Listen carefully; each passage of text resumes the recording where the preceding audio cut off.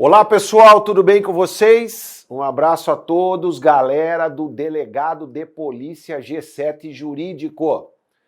Pessoal, meu nome é Silvio Maciel, para quem não me conhece. Eu dou aula em cursos preparatórios para concursos desde 2005. Faz tempo. Fui delegado de polícia, 9 anos e meio aqui no estado de São Paulo. Pedi exoneração para dar aulas, que é o que eu gosto de fazer. Dei aula já nos principais cursos jurídicos do Brasil, em alguns dos principais cursos jurídicos do Brasil. E agora aqui estou com meus velhos amigos de velhos tempos de cursinho, dando aula no curso de delegado de polícia aqui do G7, que é o curso de delegado de polícia mais completo do Brasil. São 26 aulas. São 52 horas de curso. Não tem essa carga horária, ok? Então, pessoal, vai dar para a gente falar bastante coisa. Deixa só eu passar alguns recados para vocês, algumas orientações sobre o curso, e aí eu começo já a falar do conteúdo da matéria. Esse curso é dividido entre mim e o professor Flávio Rolim. São 26 aulas, acho que são 20 aulas minha e 6 dele.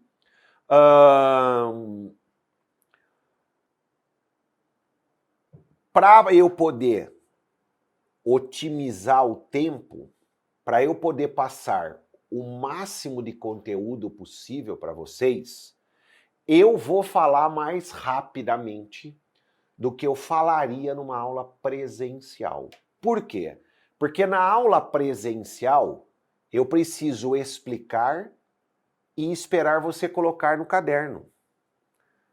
E aí eu volto, explico e espero você colocar no caderno.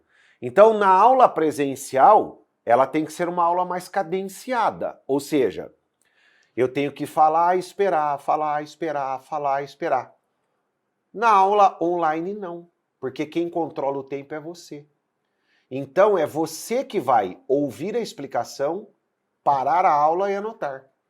Ouvir a explicação, parar a aula e anotar. É você que para a aula, não eu. Eu não preciso parar para te esperar. Então, é uma aula que, embora tenha 2 horas de duração, você vai levar mais tempo para assistir. É uma aula que você vai levar 3, 4 horas para assistir. Normal. Não se estresse, não fique nervoso. Pô, mas eu tô tendo que parar a aula toda hora porque o Silvio não dá tempo de anotar. Não, eu não tenho que esperar. Então isso me permite passar mais conteúdo para você. Então, quer dizer, uma aula online de 2 horas, ou melhor, em uma aula online de 2 horas, eu consigo passar o conteúdo que eu levaria 3 horas numa aula presencial. Então, na verdade, você não está tendo 2 horas de aula. São 2 horas de gravação. Eu levo 2 horas para gravar o conteúdo aqui. Mas é uma aula que você vai levar 3 horas e meia para assistir. Então, não confunda o tempo que eu levo para gravar aqui com o tempo de aula. O tempo de aula seu é outro. Tá certo? Então, isso me permite passar bastante conteúdo para vocês. Então, eu vou falar rápido. Ok? Eu vou anotar na lousa só o essencial também. Não vou ficar anotando tudo, porque quem anota é você, né? E quem sabe como anotar da melhor forma possível é você. Você que sabe como anotar da melhor forma possível para você entender na hora de estudar. Eu costumo dizer que o melhor material de estudo que tem são as nossas próprias anotações. Né? Porque a gente coloca no papel da forma que a gente entendeu. Não tem anotação melhor no mundo, não é? Bom, então, pessoal, é isso aí. Agora, se você quiser fazer perguntas sobre a aula, dá para fazer? Dá para fazer. É só mandar a mensagem para o meu e-mail com o título G7 Delegado. Título da mensagem tem que ser esse, G7 Delegado. Tá? O meu e-mail é slmaciel@uol.com.br. slmaciel@uol.com.br. Tá bom? Não esqueça de, no título da mensagem, colocar G7 Jurídico. Por quê? Esse e-mail que eu estou te passando é um e-mail que eu recebo mensagem, é um e-mail geral, não é um e-mail aqui do curso, é um e-mail meu, pessoal. E chega milhões de mensagens. Chegam milhões de mensagens. Chega propaganda, anti-spam e o raio que o parta. Então, se você não se identificar ali no meio das mensagens, e a hora que eu vou fazer busca, ver se tem pergunta, eu coloco G7 delegado. Eu procuro nos meus e-mails pelo título da mensagem, tá certo? Tá bem, pessoal? Bom, além disso eu tenho o Facebook, Silvio Maciel Direito, já está esgotado, Silvio Maciel Direito 2, em romano, ainda tem espaço lá para receber mais amigos. O meu... Deu branco, ó. Instagram, Silvio Maciel Direito, tudo junto. E o meu Twitter, eu abri uma conta nova agora porque eu perdi a minha conta anterior, @Silvio Maciel, Twitter, @Silvio Maciel, Tá bem? Vamos começar o curso? Pessoal, de acordo com o conteúdo programático do curso, a aula hoje, o tema da aula hoje é de aplicação da lei penal, artigos 1º a 12 do Código Penal. Então, o tema da nossa aula, a aplicação da lei penal. Eu me refiro aos artigos 1º a 12 do Código Penal. Pessoal, esta matéria, ela tem alguns assuntos que são batidos em concurso, né? Nós, professores de curso preparatório para concurso público, principalmente eu que estou há anos, né, desde 2005 dando aula, todo dia praticamente, a gente já tem os macetes do que cai, do que eles pedem, do que eles gostam de pedir, de como é que você tem que responder a questão, tá certo? Então, é isso que eu vou fazer, eu vou selecionar sobre a aplicação da lei penal os temas que caem em concurso público, tá bem? Então vamos lá. Primeiro assunto é o princípio da legalidade. Já existe logo de cara, pessoal, uma discussão sobre o nome do princípio da legalidade, tá? Alguns falam que princípio da legalidade ou princípio da estrita legalidade.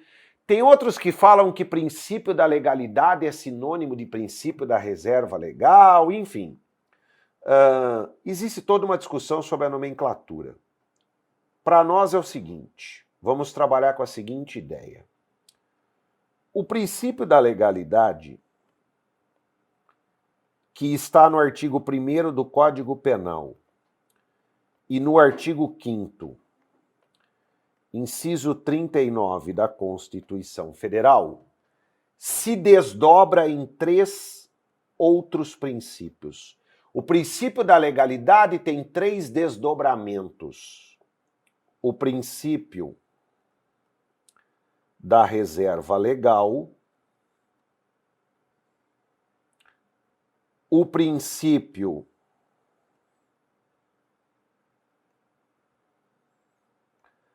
da anterioridade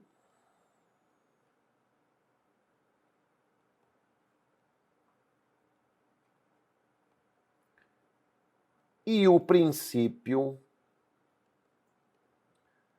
da taxatividade. Pronto. O princípio da legalidade ou da estrita legalidade se desdobra nos princípios da reserva legal, da anterioridade e da taxatividade. Tá bem.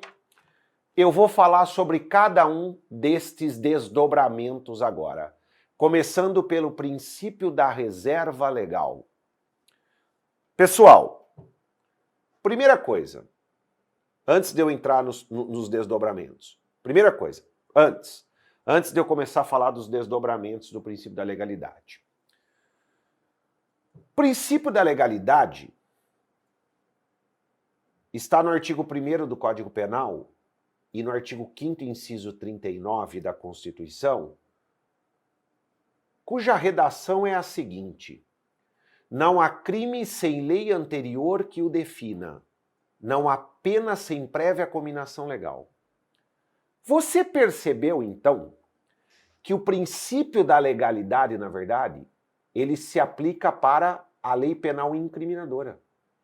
O princípio da legalidade só se aplica para a lei penal incriminadora. O princípio da legalidade está tratando, na verdade, da lei penal incriminadora. Temos que partir desse pressuposto. Tá certo? Não há crime sem lei anterior que defina, ou seja, não há crime sem lei incriminadora. Precisa ter uma lei incriminadora. Tá. Então agora sim, fixada essa informação, vamos agora analisar os desdobramentos do princípio da legalidade. Primeiro, o princípio da reserva legal. O que significa o princípio da reserva legal? Simples. Toda lei incriminadora deve ser uma lei federal, ordinária ou complementar. Deve ser uma lei feita pela União.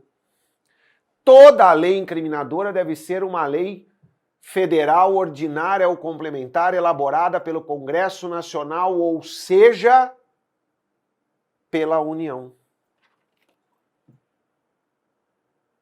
Aqui, ó, pessoal. Eu estou falando do princípio da reserva legal, certo? Deixa eu apagar aqui.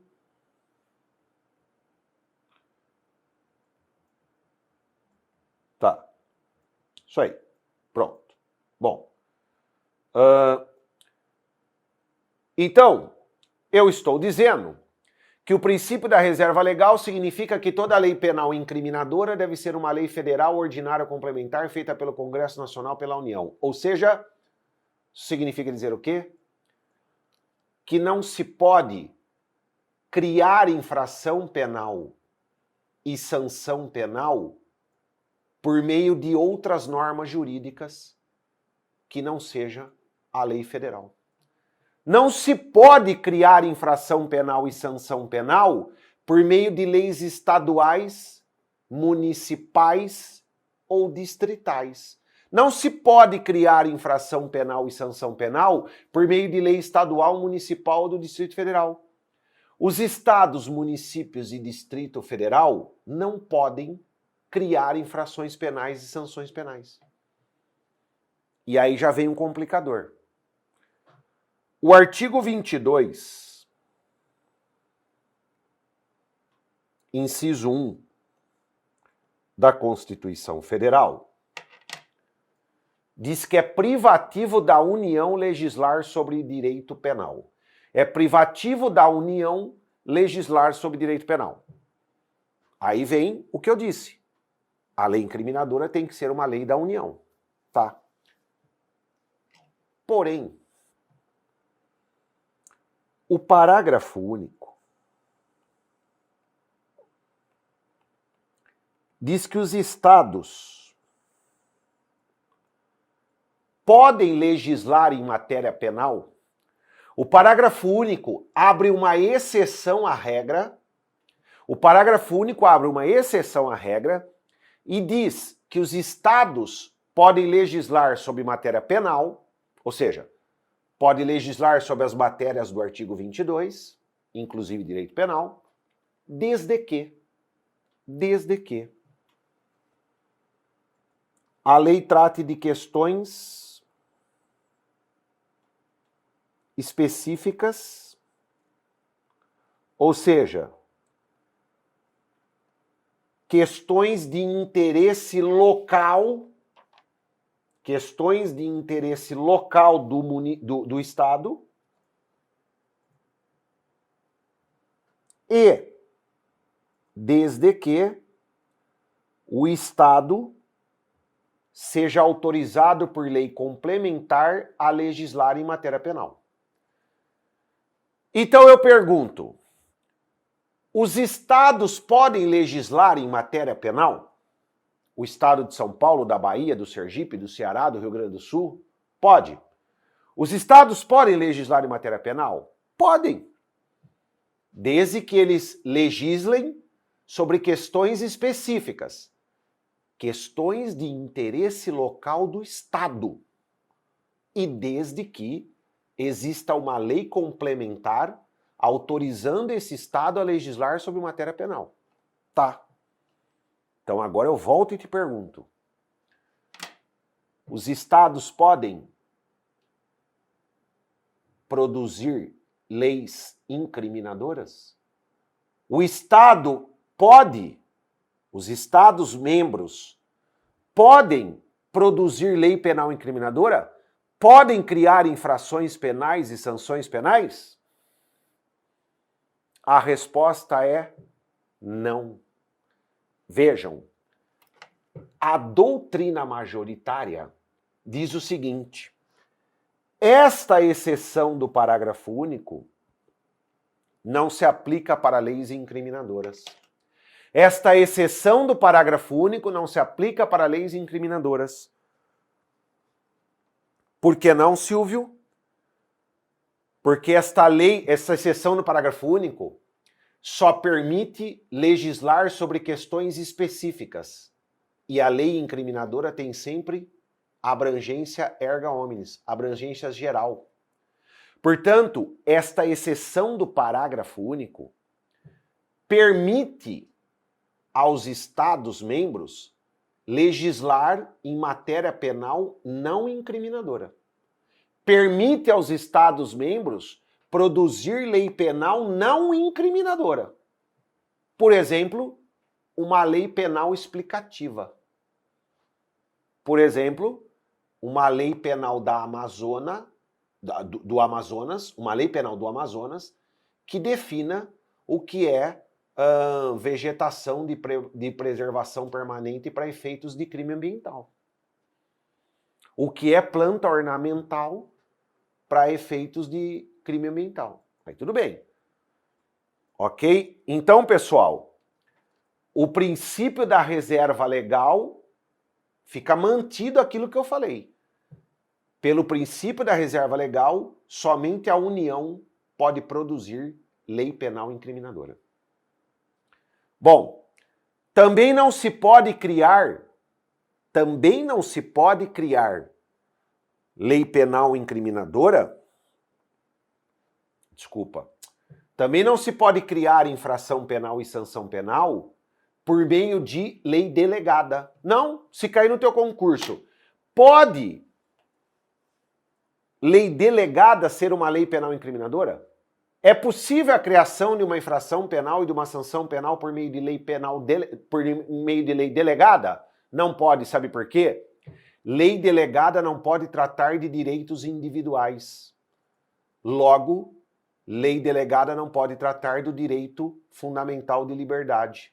Logo, lei delegada não pode tratar de matéria penal que envolve o direito individual de liberdade. Essa vedação está no artigo 68 da Constituição Federal. Outra questão. Também não se pode criar infração penal e sanção penal por meio de medida provisória. Não pode o presidente da República editar uma medida provisória incriminadora. Não pode. Existe proibição expressa na Constituição no artigo 62, parágrafo 1º, inciso 1. O artigo 62, parágrafo 1º, inciso 1 da Constituição Federal proíbe a edição de medidas provisórias em matéria penal. E agora tem uma questão de concurso aí. Alguns autores, por exemplo, o meu saudoso amigo e professor Luiz Flávio Gomes, que faleceu, ele sustentava o seguinte, alguns juristas sustentam o seguinte, o que a Constituição está vedando é medida provisória incriminadora, mas não está vedando medida provisória em matéria penal para favorecer o réu.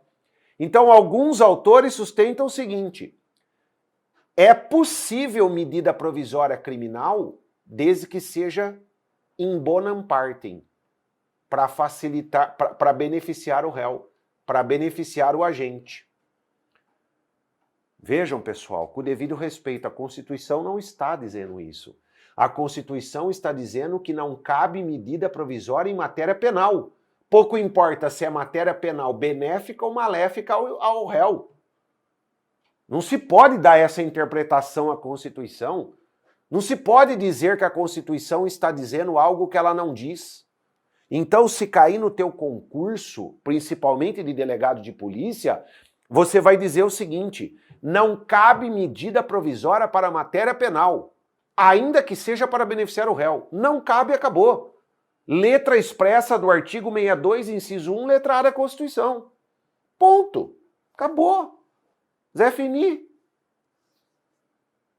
Tem papo. Ô Jorge, eu também tô com frio, cara. Vou melhorar esse ar aqui, galera. Não tô nem no Polo Norte aqui, ó. Você é louco. Aí sim, hein? Bom, pessoal, olha só. Também não se pode criar infração penal e sanção penal por meio de atos normativos. Resolução, portaria. Não pode o ministro da Educação, né, editar uma portaria criminalizando determinada conduta nas universidades. Não pode, tá certo?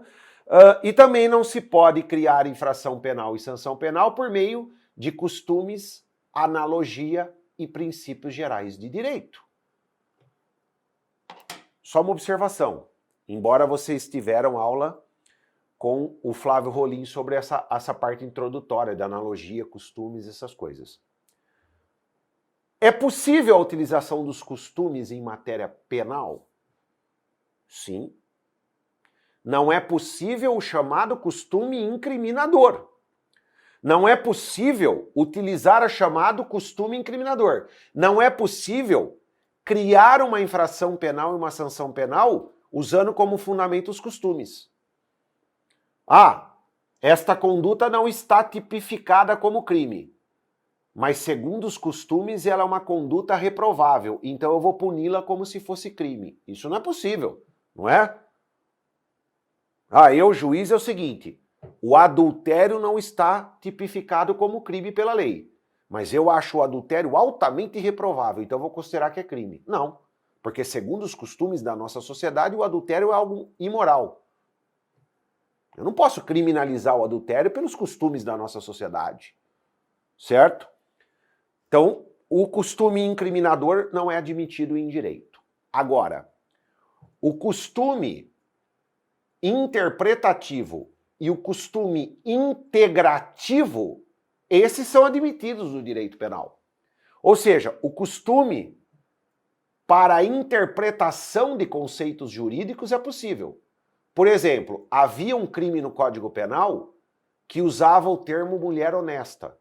Ora, esse conceito jurídico de mulher honesta era interpretado segundo os costumes do local do fato. Ok? É possível também o costume integrativo, para suprir uma lacuna da lei. Tá certo?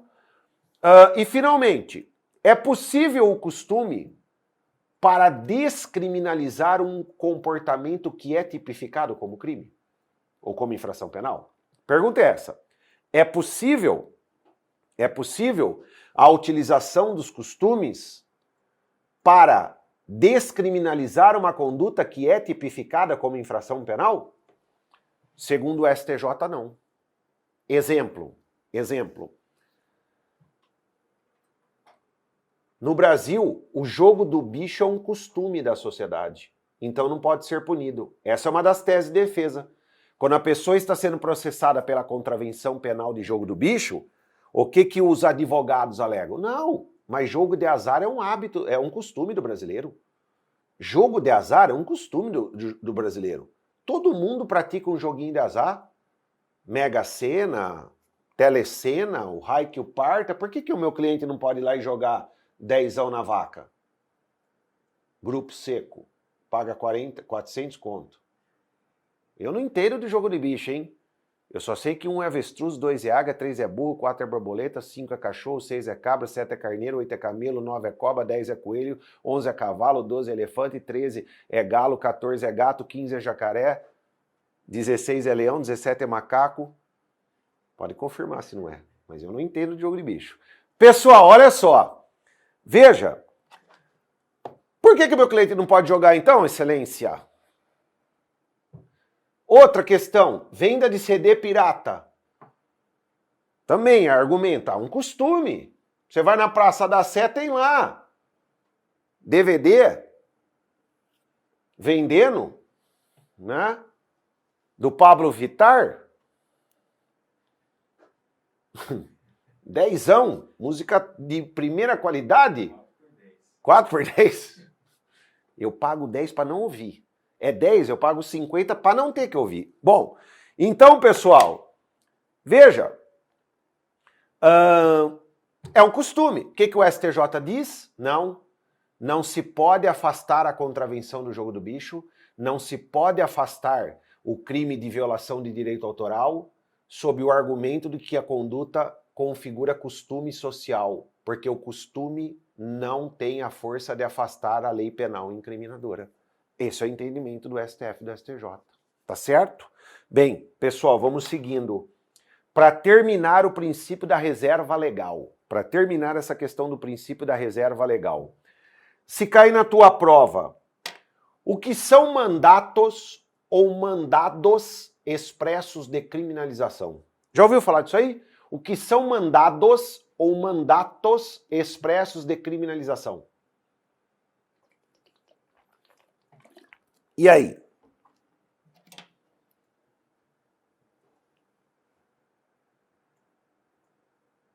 Pessoal, vejam, o legislador tem a discricionariedade política, tem a opção política de criminalizar ou não criminalizar uma determinada conduta.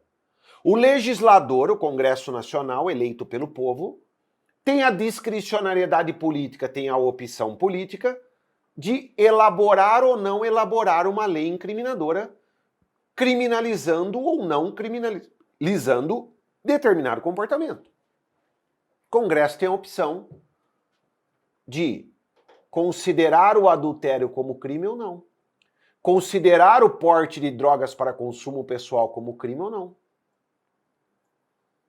Ok. É para isso que o Congresso existe, né? Eles decidem se vão criminalizar ou não a conduta. Eles decidem se vão produzir ou não produzir uma lei penal incriminadora. Ocorre que, em alguns casos, a Constituição Federal obriga a criminalização da conduta. A Constituição Federal manda o legislador criminalizar determinadas condutas. São as chamadas normas constitucionais criminalizadoras. Essa expressão é de Alberto Silva Franco, o maior expoente que existe, o maior jurista que existe na questão de crimes hediondos e assemelhados. Vejam, pessoal, em alguns casos, a Constituição manda o legislador criminalizar determinadas condutas. Então, o legislador não tem a opção política de elaborar ou não elaborar a lei penal incriminadora. Ele é obrigado a elaborar. Exemplo, a Constituição diz que a tortura será punida como crime e que o racismo será punido como crime.